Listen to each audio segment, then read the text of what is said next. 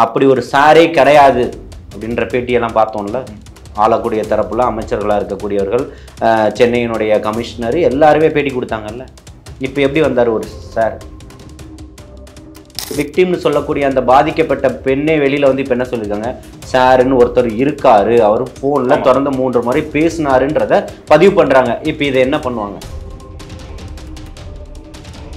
உடனடியாக கைது செய்யப்பட்ட இடத்துக்கு பொதுச் செயலாளர் அண்ணன் புசி ஆனந்த் அவர்கள் அங்கே போறாரு, கைது செய்யப்பட்ட பெண்களை சந்திக்கிறாரு. அவர் போய் சந்திக்க போன இடத்துல அவரையுமே கைது செய்யப்படுறாரு. இதெல்லாம் நீங்க எப்படி பாக்குறீங்க? அடக்குமுறையினுடைய உச்சம். இன்னைக்கு உங்களால 1000 ரூபாய் 500 ரூபாய் கூட உங்களால கொடுக்க முடியல. உங்களுடைய ஆட்சியில ஃபண்ட் இல்லைன்றீங்க. வெள்ளை அறிக்கை கொடுக்கறதுக்கு தயாரா இருக்கா நிதிநிலையை பற்றி?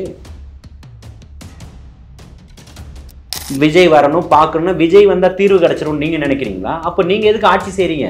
இப்பவே விட்டுட்டு போயிடுங்க, ராஜினாமா செய்யுங்க, அடுத்த தேர்தலை உடனடியாக கொண்டு வாங்க, சந்திக்கிறதுக்கு தமிழக வெற்றி கழகம் தயாரா இருக்கு, வாங்க. 500 பள்ளிகளை மேம்படுத்தக்கூடிய அளவுக்கு அப்ப அரசாங்கத்துல பணம் இல்லையா? 44,000 கோடி 45,000 கோடி ஒதுக்குனீங்கல்ல, என்ன பண்ணீங்க அந்த பணத்தை?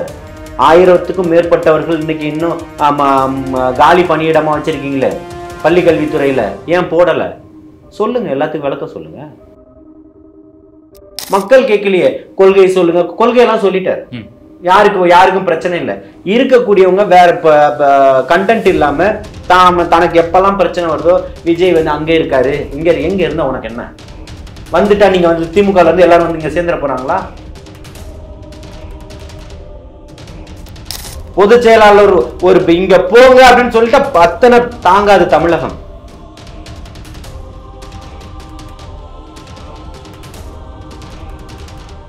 ஜாம்பவா நேயர்களுக்கு வணக்கம். நான் ஆண்டனி ஃபெலிக்ஸ். இன்னைக்கு நம்மளோட இணைஞ்சிருக்கிறவர் ஜலீல் அவர்கள், தமிழக வெற்றி கழகத்தினுடைய ஆதரவாளர். வணக்கம் சார். இப்போ தமிழகத்தில் தொடர்ந்து ஏகப்பட்ட விஷயங்கள் நடந்துகிட்டு இருக்கு. குறிப்பாக அண்ணா பல்கலைக்கழகத்துடைய அந்த ஒரு விஷயம் ஏற்கனவே தெரியும்.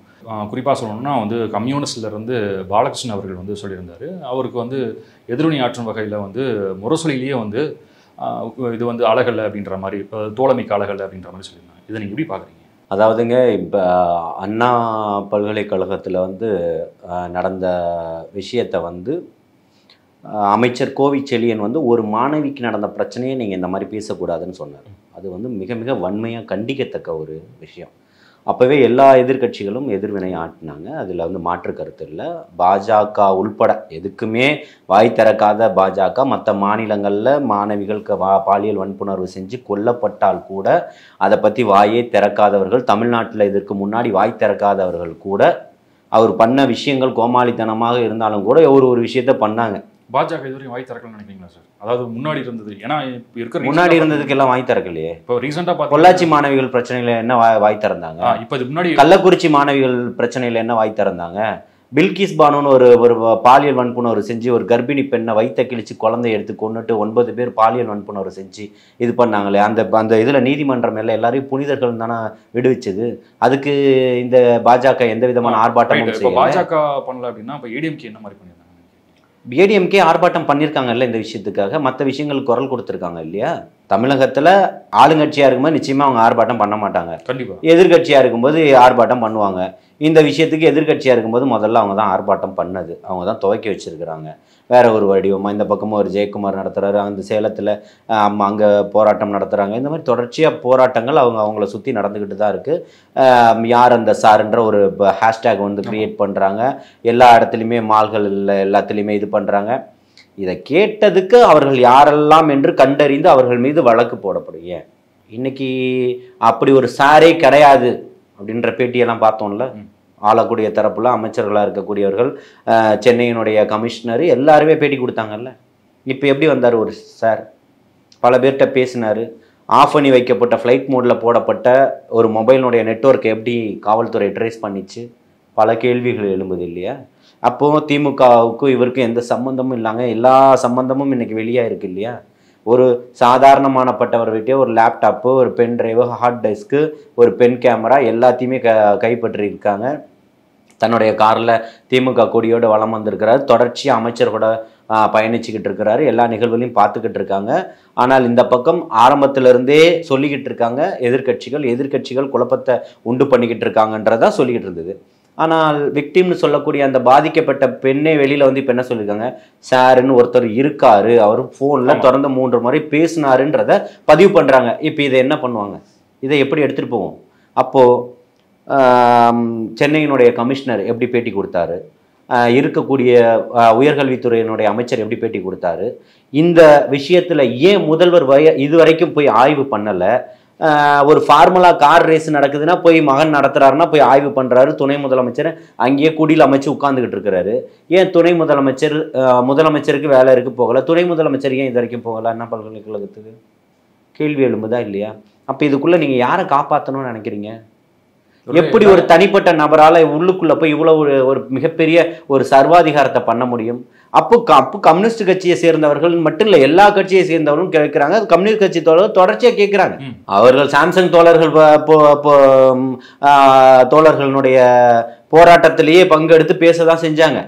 ஆனால் சமரசமாகிக்கிட்டாங்க, அதில் மாற்று கருத்தே கிடையாது. இப்போவுமே என்ன சொல்றாங்கன்னா, அவர் சொன்னக்கூடிய கருத்து மிக மிக ஆழமான கருத்து தான். அதுல ஒருபோதும் இப்போ நீங்க அறிவிக்கப்படாத எமர்ஜென்சி இங்க இருக்கான்னு கேட்கிறாரு. இதை எப்படி எடுத்துப்பீங்க? ஆமா, என்னோட அடுத்த கேள்வி அதான் இருக்குது. அவர் அந்த மாதிரி சொன்னதுக்கான காரணம் என்னவா இருக்குன்னு நினைக்கிறீங்க? அப்படி இருக்கு இன்னைக்கு இருக்கக்கூடியது. ஒரு பெண்கள் வந்து தமிழக வெற்றி கழகத்தினுடைய தலைவர் வந்து ஆளுநரை சந்திச்ச பிறகு தங்கைகளுக்கு எழுதின கடிதத்துல, மாணவர்களுக்கு எழுதின கடிதத்துல ஒரு லெட்டர் எழுதுறாரு. அந்த லெட்டரை பிரிண்ட் அவுட் எடுத்து துண்டு பிரசுரமா விநியோகிக்கிறாங்க. இதுல என்ன பெரிய ஒரு தோழமை கட்சி? அதனால நான் கேட்கிறேன், தோழமை கட்சி இவரே வந்து சொல்றாரு எமர்ஜென்சி அப்படின்னு சொல்லும்போது அதை தான் சொல்றேன். அப்படி இருக்கும்போது தமிழக வெற்றி கழகத்தினுடைய சகோதரிகள் எல்லாரும் கைது செய்யப்படுறாங்க. கம்யூனிஸ்டுக்காரர்கள் வந்து போராடினா கைது செய்யப்படுறாங்க. அதிமுகவுடைய கட்சியிலிருந்து வந்து போராட்டம் பண்ணா கைது செய்யப்படுறாங்க. இந்த பக்கம் பிஜேபி அவங்களும் கைது செய்யப்படுறாங்க. இப்படி எல்லாரும் யாரையுமே போராடக்கூடாதுன்னு இருக்காங்களா? அப்போ விடுதலை சிறுத்தைகள் ஏன் இன்னும் களத்துக்கே வரல? கேள்வி எழுதா இல்லையா? நியூஸ் கிடைக்காம இருந்திருக்கலாம் உங்களுக்கு. மேபி அது இப்போ எனக்கு தெரியல. இப்போ எல்லாத்துக்குமே பேசக்கூடியவர்கள் இன்னைக்கு மற்றதுக்கெல்லாம் ஹோம் டூர் போயிட்டாரா இல்லை வந்து ஒர்க் ஃப்ரம் ஹோமான்னு கேட்டாங்களா? இப்போ இவங்க என்ன பண்ணிகிட்டு இருக்கிறாங்க? எல்லா கட்சிகளுக்குமே அவங்களுடைய நிலைப்பாட்டில் ஒரு கருத்துகள் இருக்கும். அந்த கருத்தின் அடிப்படையில் அவங்கவுங்க போய்கிட்டு இருக்காங்க. அவங்களுடைய வேலைகளை எல்லாமே பண்ணிக்கிட்டு இருக்காங்க. உடனடியாக கைது செய்யப்பட்ட இடத்துக்கு பொதுச் செயலாளர் அண்ணன் புசியானந்த் அவர்கள் அங்கே போகிறாரு. கைது செய்யப்பட்ட பெண்களை சந்திக்கிறாரு. அவர் போய் சந்திக்க போன இடத்துல அவரையுமே கைது செய்யப்படுறாரு. இதெல்லாம் நீங்க எப்படி பாக்குறீங்க? அடக்குமுறையினுடைய உச்சம் உங்களோட இயலாமையை வெளிக்காட்டுது. இப்ப அவர் அதானே சொல்றாரு, உங்களுக்கு நிர்வாகத்திறன் இல்ல, உங்களுடைய இயலாமையை காட்டுது, நீங்க எதை கண்டு அஞ்சுக்கிறீங்கன்னு கேட்கிறாருல. உங்களுடைய தோழமையில இத்தனை வருஷமா தொடர்ச்சியா பயணம் பண்ணிக்கிட்டு இருக்கக்கூடிய ஒருத்தர் மக்கள் நலன் கூட்டணின்னு ஒண்ணு வச்சாங்க. அதை தாண்டி அதுக்கப்புறம் வந்ததுல இருந்து திமுகவோட கூட்டணியில இருந்துகிட்டு இருக்காங்க இன்னைக்கு வரைக்கும். இந்த கூட்டணியில இருக்கக்கூடியவர்கள், இந்த கூட்டணியில பயணம் பண்ணக்கூடியவர்கள் அறிவிக்கப்படாத எமர்ஜென்சி அறிவிச்சிருக்கீங்களா சொல்லுங்க, சொல்லப்படாத எமர்ஜென்சி இருக்கா சொல்லுங்கன்னு கேட்கிறாரு. முதல்வரை நேரடியா கேட்கிறாரு. முதல்வரை பார்த்து நான் இந்த கோரிக்கையை வைக்கிறேன்னு சொல்றாரு. இங்க யாருக்காகவும் எதுக்காகவும் ஜனநாயக நாடு தானே போராடக்கூடாதா? அனுமதி கேட்கப்பட்டால் மறுக்கப்படுதுன்னு சொல்றாரு. அனுமதி கேட்டா கொடுங்க. கத்துறவங்க ஆர்ப்பாட்டம் பண்றவங்க தன்னுடைய உணர்வுகளை வெளிப்படுத்தக்கூடியவர்கள் வெளிப்படுத்திட்டு போறாங்க. இதுல உங்களுக்கு என்ன பிரச்சனை? அப்போ ஹிட்லருடைய ஆட்சியை கொண்டு வரீங்களா? இது எப்படி சமூக நீதியா இருக்கும்? சமூக நீதின்னு தானே சொல்றீங்க. இப்ப எங்க போச்சு உங்களுடைய சமூக நீதி? கிலோ என்ன விலைன்னு கேட்கிற மாதிரி இருக்கு. இருக்கக்கூடிய தோழமை கட்சிகளுக்கு இதுதான் சூழ்நிலைன்னா அப்ப எதிர்கட்சிகளுக்கு என்ன பிரச்சனை? போஸ்டர் அடிச்சா கிழிக்கிறீங்க, பேனர் வச்சா கிழிக்கிறீங்க. தளபதி வராரு, சின்ன தளபதி இவர் வராரு, இப்ப சின்னவர் வராரு, சின்ன துணை முதல்வர் வராரு. இங்க பேனர் வைக்க கூடாது, அங்க ஏன் இவருக்கு கண்ணு அந்த பேனர்ல தான் போகுமா? தமிழக வெற்றி கழகத்தினுடைய சகோதரர்கள் பேனர்கள் வைக்கிறாங்க. அது வந்து துணை முதல்வர் வராரு, வந்துட்டு போனவரை தான் பேனர் வைக்கணும். என்ன சட்டம்? எந்த சட்டத்தில் அப்படி சொல்லியிருக்கு? அவர் முன்னாடி பதாகைகள் இருக்கக்கூடாதுன்னு. போஸ்டர் ஒட்டினா போலீஸ் போய் கிழிக்குது. இது போலீஸினுடைய வேலையா? போலீஸை தவறா கையாண்டுகிட்டு இருக்கிறாங்க. காவல்துறை எப்படி கையாளப்பட்டுக்கிட்டு இருக்கு? முதல்வருடைய கட்டுப்பாட்டுல இருக்கா?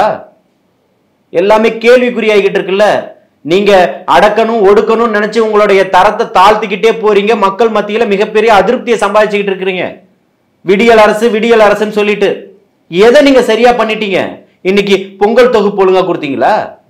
இன்னைக்கு கிட்டத்தட்ட ஒரு கொஞ்சம் அரிசியும் ஒரு வெள்ளத்தையும் ஒரு கரும்பையும் கொடுத்துட்டு பொங்கலை சந்தோஷமா கொண்டாடுன்னு சொல்லிடுறீங்க. ஏன் கொடுக்குறீங்க? ஒரு கரும்பா இல்ல ஒரு துண்டு கரும்பா? ஒரு கரும்போ ஒரு துண்டு கரும்போ. ஒரு துண்டு கரும்புன்னு சொன்னாங்க. முழு கரும்பா கொடுங்கன்னு ஏற்கனவே ஒரு பிரச்சனை ஒன்று நடந்தது. அப்புறம் முழு கரும்பு கொடுத்தாங்க. இப்போ துண்டு கொடுக்குறாங்களா முழுசு கொடுக்குறாங்களான்றது தெரியல. அங்கே கஜானால ஃபண்ட் இல்லை, அதுக்காக யாருக்கும் காசு கொடுக்கல. பக்கத்தில் இருக்கக்கூடிய புதுச்சேரி மாநிலத்தில் கூட 750 ரூபாய் பொங்கல் பரிசா கொடுக்குறாங்க. இப்போ அரசாங்கத்தில் ஃபண்ட் இல்லைன்ற அப்போ என்ன பண்ணிட்டு இருக்கீங்க? இப்போ ஃபண்டு கொடுத்தா பணம் விநியோகம் பண்ணுறாங்க அப்படின்ற மாதிரி ஒரு பிரச்சனை ஒன்று வருது. அதுக்காக கூட ஸ்டாப் பண்ணிருக்கலாம்ல. பல காசை கொடுத்தீங்களே, காசை கொடுக்கணும்னு சட்டசபையில் பேசுனீங்களே. 5000 கொடுங்க, 10,000 கொடுங்க, 30,000 கொடுங்க, பேசுனீங்களா இல்லையா? திமுக தானே பேசிச்சு. இப்போ என்ன நாளைக்கு எலெக்ஷன் நடக்கும் ஏடிஎம்கே ஆட்சி காலத்தில்? ஆமாம், கொரோனா நேரத்தில் பேசிச்சு, பொங்கல் நேரத்தில் பேசிச்சு. 5000 கொடுங்க, 10,000 கொடுங்க, 50, 30,000 கொடுங்கன்னு தொடர்ச்சியாக பேசிட்டு தான் இருந்தீங்க. ஒரு நியாயமே இல்லாமல் பேசுனீங்க. இன்றைக்கி உங்களால் 1000 ரூபாய் 500 ரூபாய் கூட உங்களால் கொடுக்க முடியல. உங்களுடைய ஆட்சியில் ஃபண்ட் இல்லைன்றீங்க. வெள்ளை அறிக்கை கொடுக்கறதுக்கு தயாராக இருக்கா நிதிநிலையை பற்றி? உங்களுடைய முன்னேற்றத்தில் என்ன கொண்டு வந்தீங்க? இப்போ இந்த இதில் நான் இன்னொன்று கேட்க விருப்பப்படுறேன். அதாவது இந்த அண்ணா பல்கலைக்கழகம் பார்த்தீங்க அப்படின்னா வந்து கிட்டத்தட்ட வந்து கவர்மெண்ட் மாளிகைக்கு பக்கத்துலேயே இருக்கிற ஒரு மிகப்பெரிய ஒரு காலேஜ் அது. அதில் வந்து பார்த்தீங்கன்னா ஒரு ஓட்டை ஒன்று இருக்குது. அந்த ஓட்ட வழியாக தான் உள்ளே போயிருக்கான் அப்படின்ற மாதிரி சொல்கிறாங்க. இது நீங்கள் எப்படி பார்க்குறீங்க? இவ்வளோ பெரிய ஓட்டை இருக்குது. அதாவதுங்க, இது வந்து ஓட்டை இருப்பது வந்து தெரியாமலாம் நிச்சயமாக இருக்காது, இருக்கும். அது வந்து இருக்கக்கூடிய சமூக விரோதிகள் பயன்படுத்தக்கூடிய ஒரு இதாக கூட இருந்திருக்கலாம். 140 காவலர்களை வச்சுருக்கேன், இவ்வளோ கேமராக்கள் இருக்குதுன்னீங்களா? அப்போ நான் என்ன கேட்குறேன், இத்தனை வருஷமாக அங்கே எந்த விதமான அசம்பாவிதமும் நடக்கவே இல்லையா? தொடர்ச்சியாக நடந்துக்கிட்டு இருந்தது மறைக்கப்பட்டிருக்கு. இல்லைனா இவர்கள் கண்டுகொள்ளாமல் இருந்திருப்பாங்க, இல்லைனா இவர்கள் சமரசமாயிருப்பாங்க. இந்த மாதிரி விஷயங்கள் தான் நடந்திருக்கணும். ஆனால் இப்போ மாட்டிக்கிட்ட உடனே இவர்களுடைய முகத்திரை கிழிஞ்சிருச்சு, இவர்கள் நம்ம மாட்டிக்கிட்டோன்றதுனால என்ன சொல்கிறதுனே ஒன்றும் தெரியல இவர்களுக்கு. ஆளுநர் மாளிகைக்கு எதிர்க்க இருக்குது. ஆளுநர் மாளிகையில் ஒரு பெட்ரோல் இது ஒன்று வீசிட்டாங்கன்றது இப்போ பார்த்தீங்கன்னா அந்த வழி நடக்க அந்த காந்தி மண்டபம்லேருந்து இந்த பக்கம் அந்த ரெயின் ட்ரீன் ஹோட்டல் இருக்கும், அதை தாண்டி வரைக்கும் போலீஸ் பாதுகாப்பு போட்டிருக்கீங்க. ஒருத்தருக்காக பல காவலர்கள் ராத்திரியும் பகலுமா அங்கே நிற்கிறான். ஆளுநருக்கு பாதுகாப்பு அப்படி இருந்தும் உள்ள போயிருக்காங்கன்னா இல்லை எந்த மாதிரி? அதான் அந்த மாதிரி இடத்துல இருக்காங்கன்னா அப்போ உங்களுடைய ஆட்சியினுடைய திறன் எப்படி இருக்குது, காவல்துறை எப்படி இருக்குது, எப்படி நடந்துகிட்டு இருக்குது, உள்ள இருக்கக்கூடிய பல்கலைக்கழகத்தில் இருக்கக்கூடியவர்கள் எப்படி இதை கையாளுறாங்க? எல்லாத்துக்கும் காவலர்களை குறை சொல்ல முடியுமா? வேற யாரை கேட்பீங்க? காவல்துறை என்ன பண்ணுதுன்னு தானே கேட்பீங்க. யாரை கேட்க முடியும்? உங்க ரோட்டில் போறீங்க, ஒரு பிரச்சனை, ஒரு ஃபோன் அடிச்சு உங்கள் வீட்டில் உள்ளவங்களையும் உங்கள் நண்பர்களையும் கூப்பிடுங்க, இல்லை காவல்துறை 100க்கு அடிச்சு காவல்துறை கூப்பிடுங்க. காவல்துறையை தான் கூப்பிடணும். நீங்கள் அவங்களெல்லாம் கூப்பிட்டீங்கன்னா அது வன்முறை ஆகிடும். இங்கே அப்படி தான் இருக்குது, சட்டம் அப்படி தான் பார்க்கப்படுது. தீர்க்கப்படக்கூடிய விஷயங்கள் கூட பிரச்சனைகளுக்குள்ளே போட்டு பெருசாக இழுக்கப்படக்கூடிய விஷயங்கள் எல்லாம் சுமூகமாக தீர்க்கப்படக்கூடிய விஷயங்களாக கையாளப்படுவதில்லை.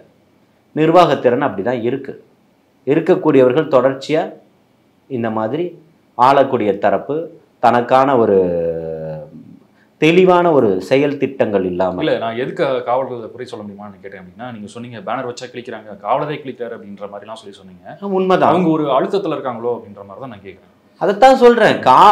அதாவதுங்க, இப்போ சிங்கம் படம் பார்த்தோம், சூர்யாவை எப்படி பார்த்தோம்? அந்த பார்க்கும்போது ஒரு போலீஸ்னா இப்படி தான் இருப்பாருன்னு ஒரு இன்ஸ்பயர் வந்தது இல்லை?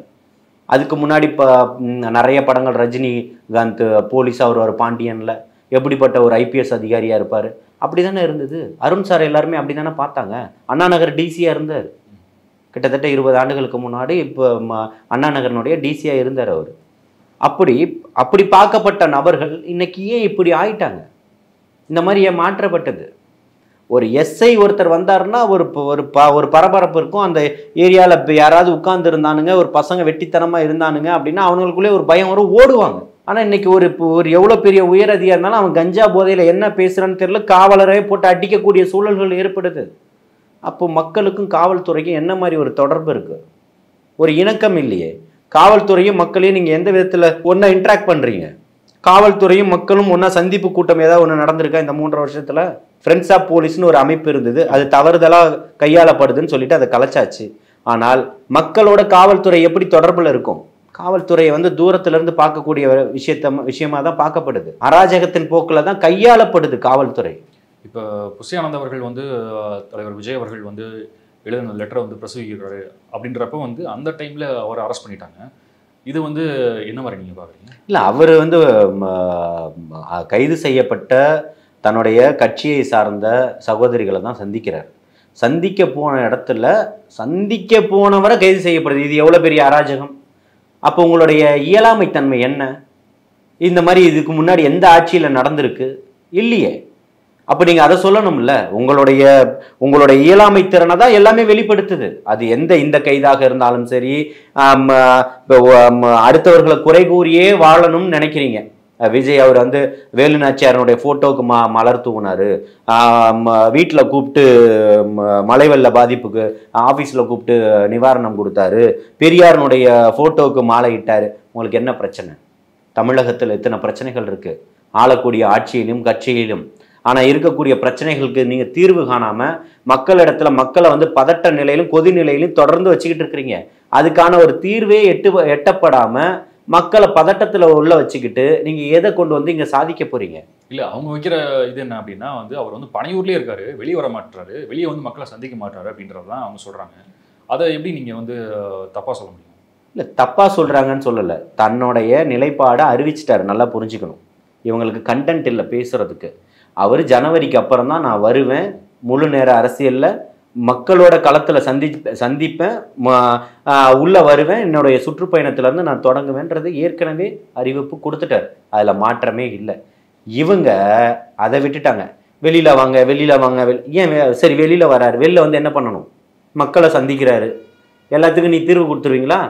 1352 வீடு திருவேற்காடுல ஒரு பாவப்பட்ட மக்களுடைய வீட்டெல்லாம் இன்னைக்கு இடிச்சு தள்ளிட்டு எல்லா மக்களையுமே வெளியில கொண்டு போய் போட்டு எல்லாத்தையுமே தூக்கி துரத்தடிக்கப்பட போறார்களே. பூர்வ குடிகளா இருந்துகிட்டு இருக்கிறவங்க 50 வருஷமா அங்க இருக்காங்க. அப்ப இந்த திராவிட கட்சிகள் தானே மாறி 50 வருஷமா இருக்கு. அப்ப உங்களுடைய ஆட்சி காலத்துல தானே நடந்தது. இப்ப அந்த மக்களை ஏன் துரத்தி அடிக்கிறீங்க? இப்போ அவ்வளோ பேரோட அங்கே இபி கனெக்ஷன் இருக்குது, சாலை போட்டிருக்கீங்க, கழிவு நீர் இது கொடுத்துருக்கீங்க, வரி வாங்கிக்கிட்டு இருக்கீங்க, எல்லாமே படுத்துறீங்க, ஓட்டர் ஐடி இருக்குது, ரேஷன் கார்டு இருக்குது, எல்லாத்தையுமே பண்ணியிருக்கீங்க.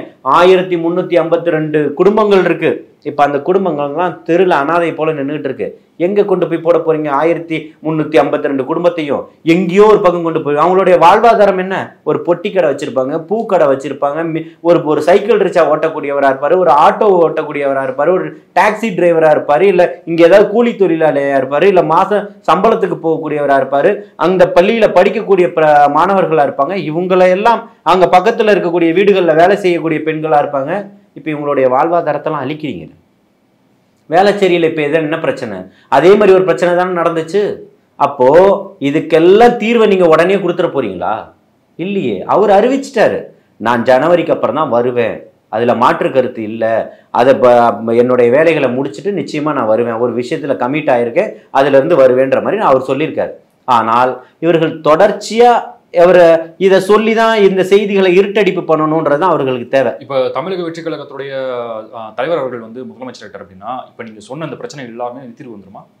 நிச்சயமா தீர்வு என்னன்றதை பார்த்து அதுக்கான பிரச்சனைகளை எப்படியெல்லாம், ஏன்னா இப்போ கிட்டத்தட்ட 75 ஆண்டுகளும் 53 ஆண்டுகளும் மாறி மாறி ஆட்சி செய்தவர்கள் தான் இங்கே நாடை சீரழிச்சு வச்சிருக்காங்க.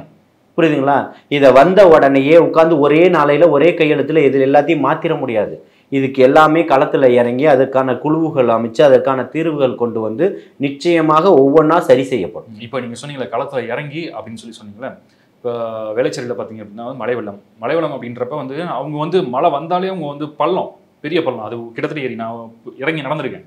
அப்படிப்பட்ட இடத்துல பார்த்தீங்க அப்படின்னா வந்து அது ஒரு ஏரின்றப்ப வந்து அந்த இடத்துல சும்மா நின்றுட்டு போனார்னாலே வந்து ஒரு எஃபெக்டிவா இருக்குமே. ஸோ ஏன் அவர் இறங்க மாட்டார் அப்படின்றதான் எதிர்கட்சியுடைய கேள்வியா இருக்கு. இறங்கி என்ன பண்ண போறீங்க? வேளச்சேரி ஏரின்னு தெரியும், அதுல தான் வீடு போட்டது, அதுக்கு அப்ரூவல் கொடுத்தது யாரு? வேளச்சேரி ஏரியில நீர்பிடிப்பு பகுதிக்கு அப்ரூவல் கொடுத்தது யாரு? உங்க 2 அரசாங்கத்துல ஏதோ ஒரு அரசாங்கம் தானே. ஏன் சொல்ல மாட்டீங்க? விஜய் வரணும் பார்க்கணும், விஜய் வந்தா தீர்வு கிடைச்சிரும் நீங்க நினைக்கிறீங்களா? அப்ப நீங்க எதுக்கு ஆட்சி செய்றீங்க? இப்பவே விட்டுட்டு போயிடுங்க, ராஜினாமா செய்யுங்க, அடுத்த தேர்தலை உடனடியாக கொண்டு வாங்க, சந்திக்கிறதுக்கு தமிழக வெற்றி கழகம் தயாரா இருக்கு, வாங்க. விஜய் அவர்கள் வந்து நின்னா அந்த இடத்துல தீர்வு கிடைச்சுன்னா வந்துடலாம். ஆனா வயிற்றிலையும் வாயிலையும் அடிச்சுக்கிட்டு இருக்க அவனுக்கு என்ன தீர்வு கொடுத்தீங்க? தன்னுடைய வாகனத்தை இழந்துட்டான், ஆடு மாடை இழந்துட்டான். இந்த இங்க இருக்கக்கூடிய விக்கிரவாண்டியில விழுப்புரத்துல வெள்ளம் வந்து பாதிக்கப்பட்டுட்டான், நிலச்சரிவுல மாட்டிக்கிட்டாங்க, திருவண்ணாமலையில. என்ன தீர்வு கொடுத்துட்டீங்க? உங்களுடைய ஆட்சி காலம் தானுங்க, பொற்கால ஆட்சி தானே, விடியல் ஆட்சி தானே. என்ன விடிஞ்சிருச்சு? மக்களுக்கு என்ன மாற்றத்தை கொடுத்துட்டீங்க? திராவிட மாடல் ஆட்சி. திராவிட மாடல்ல தான் இன்னைக்கு எல்லாருக்கும் குடிக்காதீங்க. எந்த முதல்வராவது இது வரைக்கும் இத்தனை ஆண்டுகள்ல இந்த சுதந்திர இந்தியால டிவியில வந்து நீங்க குடிக்காதீங்கன்னு ஏதாவது முதல்வர் வந்து சொல்லியிருக்காரா, வேண்டுகோள் வச்சிருக்காரா? அப்போ குடி இங்க எப்படியா இருக்கு? மதுக்கு மக்களை எப்படி அடிமையாக்கி வச்சிருக்கீங்க? எந்த கடையை மூடி இருக்கீங்க? திராவிட மாடல்ல 42 கடைகள் புதிதா திறந்திருக்கீங்க இந்த 3 வருஷத்துல, புள்ளி விவரங்கள் இருக்கு. அப்போ சாராயத்தினுடைய விலையும் ஏத்திக்கிட்டீங்க, அதுல ஒண்ணும் மாற்று கருத்து இல்ல. 9 மணிக்கு 9:45 மணிக்கு கடையை மூடினா 10 மணிக்கு மூட வேண்டிய கடை 9:45 மூடி அடுத்து பிளாக்ல வித்துக்கிட்டு இருக்கீங்க. 24 மணி நேரமும் பக்காவா கிடைச்சிக்கிட்டு இருக்கு. மின்சாரம் கூட தடைபடலாம், அலைகடலுக்கு கூட கொஞ்சம் ஓய்வு எடுத்து திருப்பி அலையடிக்கலாம். ஆனா 24 மணி நேரமும் இங்க சாராய கங்கை ஆறாக ஓடிக்கிட்டு இருக்கு. இப்ப தமிழக வெற்றி கழகம் வந்தா அந்த சாராய கடைலாம் மூடப்படுமா? நிச்சயமாக மது இல்ல போதையில்லா தமிழகத்தை உருவாக்குவோம்னு சொல்லியிருக்கிறாங்க. அதுக்கான திட்டத்தை மூலியமா கண்டிப்பா நிச்சயமா போதையில்லா தமிழகத்தை நிச்சயமா உருவாக்குவோம். ஆல்டர்னேட்டிவ் என்ன பண்ணுவீங்க? போதையை கொடுக்கணும்னா அவங்களுக்கு ஆல்டர்னேட்டிவ்ல, கொரோனா நேரத்துல யார் போய் குடிச்சா? யாரும் குடிக்கல, உயிரோட தானே இருந்தீங்க. இருங்க, அது எத்தனை பேர் இறந்தாங்கன்னு தெரியுமா கொரோனா டைம்ல? கொரோனா டைம்ல எத்தனை பேர் குடியினால இறந்தான்? அதான் குடினால கிடையாது, அதாவது சாதாரணமா சானிடைசர் இருக்கு பாத்தீங்களா, அதை வந்து அதுல ஆல்கஹால் இருக்கு அப்படின்னு சொல்லிட்டு அதை குடிச்சிட்டு நிறைய பேர் இறந்திருக்காங்க. சரி, இதுக்காக தான் அதுக்கு முன்னாடியே இவர்களுக்கு மறுவாழ்வு ஒரு இது நடத்தணும், கவுன்சிலிங் நடத்தணும் அப்படின்ற மாதிரி அடிக்ட் ஆக இருக்கக்கூடியவர்களுக்கு எல்லாத்துக்குமே ஒரு திட்டங்கள் வச்சு அவர்களை பாதுகாக்கப்படணும்ன்றதெல்லாம் ஒரு இது இருக்கு. நிறுத்துறாங்க அப்படின்னு சொன்னா இதையெல்லாம் நம்ம செய்யணும். இதையெல்லாம் செஞ்சுட்டு அது நிறுத்தணும். இங்க குடியே கிடைக்கலன்னா என்ன பண்ணுவான்? நான் வந்து அதாவது கள்ளச்சாராயம் வாங்கி குடிக்கிறேன், உன் நோக்கம் என்ன? காசு இருக்கு, இங்க எல்லாமே கிடைக்குது ஒயின் ஷாப்புக்கு போனா. ஆனா சாராயம் குடிச்சிட்டு அது கள்ளச்சாராயம் தெரிஞ்சு குடிச்சு சாவுறேன்னா என்ன பண்ண முடியும்? ஒருத்தர் தூக்குல மாட்டிக்கிட்டு கைத்த போட்டு தொங்குறானா அதுக்கு போய் அரசாங்கம் என்னங்க பண்ணும்? அது ஒண்ணும் பண்ண முடியாது. அரசாங்கத்தை அரசு மதுபானங்கள் விற்காது, போதைப் பொருளை கட்டுப்படுத்தும்ல ஒழிக்கும், அதுல மாற்று கருத்து கிடையாது. இங்க கஞ்சா கிடைக்குது, மெத்தனால் கிடைக்குது, எல்லாத்தையும் குட்கா கிடைக்குது. சட்டையை கிழிச்சுக்கிட்டு திரிஞ்சாரு. இன்னைக்கு சட்டப்பேரவை நிகழ்ச்சி நடந்துகிட்டு இருக்குது. இன்னைக்கு ஒரு வருஷத்துக்கு 100 நாட்கள் சட்டப்பேரவை நிகழ்ச்சி நடக்கும்னு சொன்னாரு. 3.5 ஆண்டுகள்ல எத்தனை நாள் சட்டப்பேரவை நடத்திட்டீங்க? 132 நாட்கள் நடத்திருக்கீங்க. நீங்க 350 நாட்கள் நடத்தி இருக்கணும். நடந்துதா? மறுவாழ்வு மையம் டிஎம்கே ஆட்சியில கொண்டு வரப்பட்டிருக்கு, அதை பத்தி உங்களோட பார்வை? அதாவது மறுவாழ்வு மையங்கள் கொண்டு வரப்பட்டிருக்குன்னா பல இடத்துல வந்து இருக்கு. அதாவது ஒரு பெயர் தாங்கிய ஒரு பிரச்சனையா மட்டும்தான் இங்க இருக்குதே தவிர்த்து 10 பேரோ 20 பேரோ இருக்கக்கூடிய ஒரு இடமா தான் இருக்குது. அதனுடைய சுகாதாரம் எப்படி இருக்கு? மறுவாழ்வு மையம் வந்து எவ்வளவு பேர் வந்தாலும் அனுமதிக்கக்கூடிய அளவுல இருக்கா? நீங்க 10 பேரையும் 20 பேரையும் வச்சு கணக்கு காட்டுறதுக்கு தான் ஒரு மறுவாழ்வு மையம் நடத்திட்டு இருக்கீங்க. இங்கே திருந்தினவன் திரும்ப குடிக்கலையா? இங்க ஒருத்தன் திருந்திட்டான், மறுவாழ்வு மையத்துல வந்து திருந்திட்டான்னா வெளியில போனா அவனுக்கு அந்த பொருள் கிடைக்க கூடாது. கிடைக்காம இருந்தாதான் அவனால வெளியில வர முடியும். இங்க முதல்ல பண்ண வேண்டியது மறுவாழ்வு மையத்தில் நடத்திட்டு இந்த 20 பேரை துவைச்சு திருப்பி வெளில போட்டு லாண்ட்ரிக்கு எடுத்த மாதிரி இல்லை. அடுத்தது அங்கே போனால் அழுக்காக தான் செய்யும். இல்லை, இது எப்படின்னா இப்போ இந்த கொரோனா டைமில் இறந்தவங்களாம் பார்த்தீங்க அப்படின்னா சானிடைசர் குடிச்சு இறந்தாங்க, ஸ்பிரிட் குடிச்சு இறந்தாங்கன்னு நிறைய பேர் சொன்னேன் பார்த்தீங்களா. அவங்களாம் பார்த்தீங்கன்னா குடியை விட முடியாமல் இறந்தவங்களாம். ஏன்னா அவங்களுக்கு வந்து கை நடுக்கம் வர ஆரம்பிச்சிடும். ஸோ அவங்க வந்து படிப்படியாக குறைக்கிறதுக்கான வழி தான் பார்க்கணும். இந்த மறுவாழ்வு மையம் அதுக்காக தான் தொடங்கப்பட்டது, அதுக்காக தான் இது பண்ணாங்க. அதுலேயும் ஒரு குறிப்பிட்ட ஒரு லெவல் தான் எடுக்க முடியுன்ற ஒரு கட்டுப்பாடும் இருக்குது. இதில் வந்து அரசாங்கம் இன்னும் என்ன மாதிரி ஒரு மாடல்? இது தாராளமாக்கணும். அந்த மாதிரி இருக்கக்கூடியவர்களை கண்டறிஞ்சு உரிய மருத்துவர்களை வச்சு அங்கே சுகாதாரமான முறையில் மனநலம் அவர்களுக்கு பாதிக்கப்படக்கூடாத ஒரு சூழல்களில் குடும்பத்தாரோட வந்து அவர்கள் பேசி புழங்கக்கூடிய ஒரு சூழல்களை ஏற்படுத்தி அவர்கள் மனசுக்கு ஒரு மனக்குழப்பத்தில் இருக்கக்கூடியவர்களை வெளியில் கொண்டு வந்தால் மட்டும்தான் அதை மாற்ற முடியும். தனியார் மறுவாழ்வு மையம்ன்ற பேரில் இன்னைக்கு மிக கொடூரமான அரக்கர்கள் தான் இங்கே இருக்காங்க. அவர்களை வந்து என்ன பண்ணுறாங்கன்னா, மறுவாழ்வு மையத்தில் நம்ம போய் சேர்த்துட்டோம், 10,000 மாதம் கேட்குறாங்க. இப்போ தன்னுடைய கணவர் குடிக்கிறாரு, அண்ணன் குடிக்கிறான், தம்பி குடிக்கிறான், அப்பா குடிக்கிறாங்க, எப்படியோ கஷ்டப்பட்டு அந்த பணத்தை கொண்டு போய் அங்கே கட்டி இது பண்ணால் அங்கே அவர்களுக்கு ஒழுங்கான உணர்வு இருக்கான்னு பார்த்தீங்கன்னா இல்லை. ஒழுங்கான இருப்பிடம் இருக்கான்னு பார்த்தா கிடையாது. ஒரு கட்டல் பெட்டு இருக்கான்னு பார்த்தா கிடையாது. வெறும் தரையில் தான் படுத்திருக்காங்க. அவர்களுக்கு சரியான ஆடை இல்லை.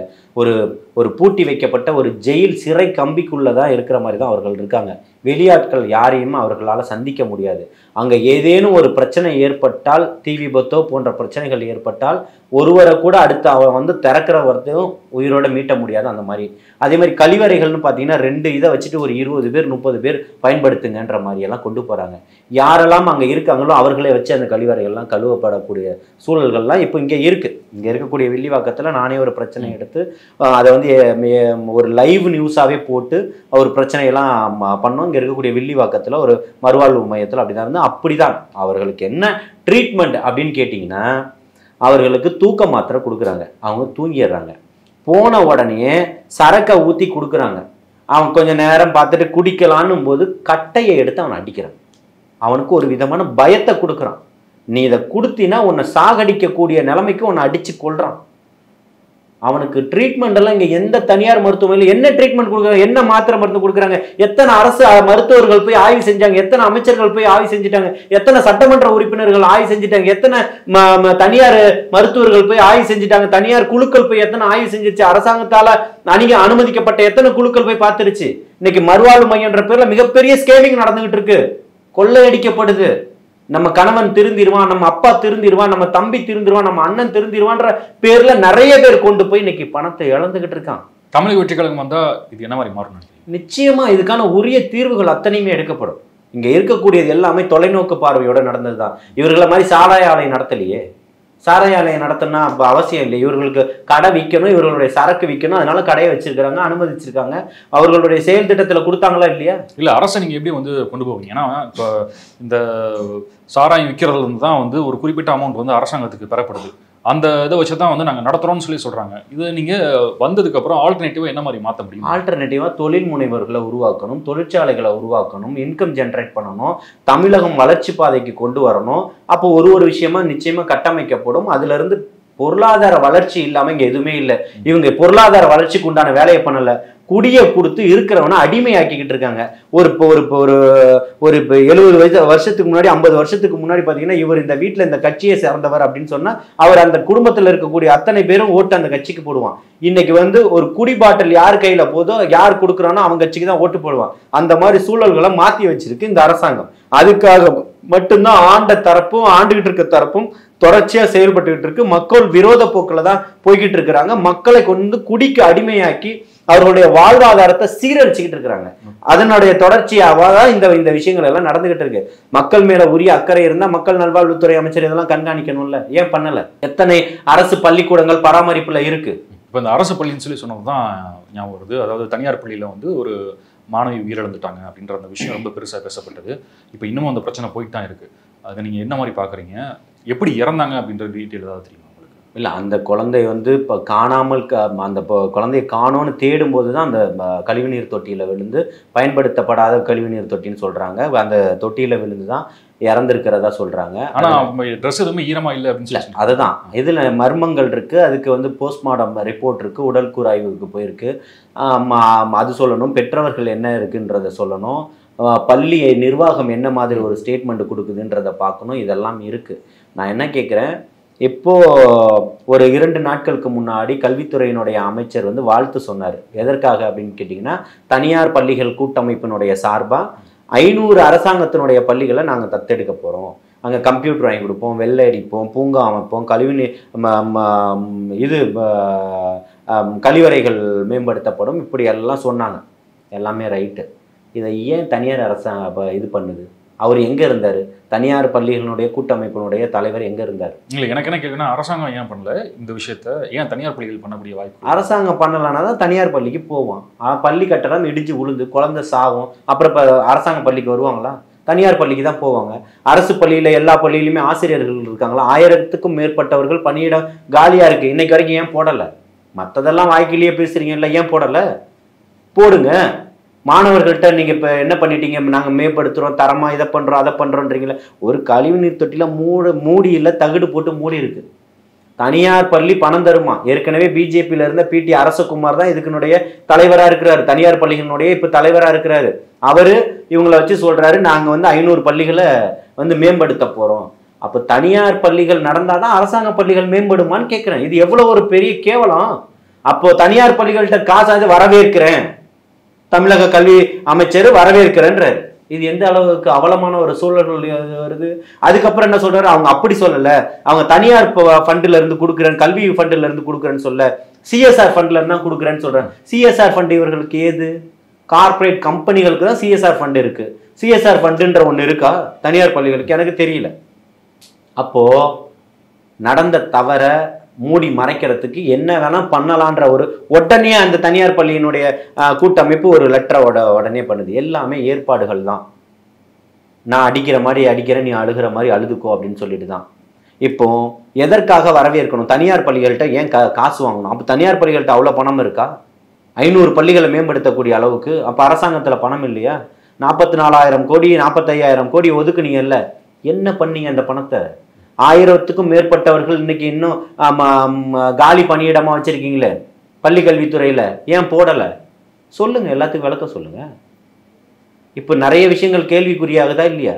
எல்லா பள்ளி கட்டடங்களும் சீரமைக்கப்படாம எல்லாமே இப்போ சிதிலம் அடைஞ்சிருக்குதா இல்லையா? இப்போ உங்களுக்கே ஃபண்டு தர முடியாத ஒரு நிலைமை தானே இப்போ தனி. வெள்ளை அறிக்கை கொடுங்க, வெள்ளை அறிக்கை கொடுங்க. எங்கள்கிட்ட ஃபண்டு இருக்கு, நாங்கள் இவ்வளோ பணம் வச்சிருக்கோம், இதெல்லாம் சமாளிச்சுக்கிட்டு இருக்கிறோம், எங்கள்கிட்ட ஃபண்டு இருக்குன்னு சொல்லுங்க. காசு இல்லைன்றது தான் காட்டுது, கஜானா காலியா இருக்கு. வெள்ளை அறிக்கை தரத்துக்கு திமுக தயாரா இருக்கா? தரணும் இல்ல. இப்போ தொடர்ந்து வந்து இந்த விஷயங்கள் வந்து பேசிட்டு இருக்கும்போது வந்து இந்த தமிழக வெற்றி கழகத்துடைய வளர்ச்சி வந்து திமுகவால் இருட்டடிப்பு செய்யப்படுதுன்னு நீங்கள் நினைக்கிறீங்களா? அதாவதுங்க, இப்போ திமுகவால் தடுக்கணும்னு நினச்சா திமுக பகல் கனவு காணுதுன்னு தான் சொல்ல முடியும்.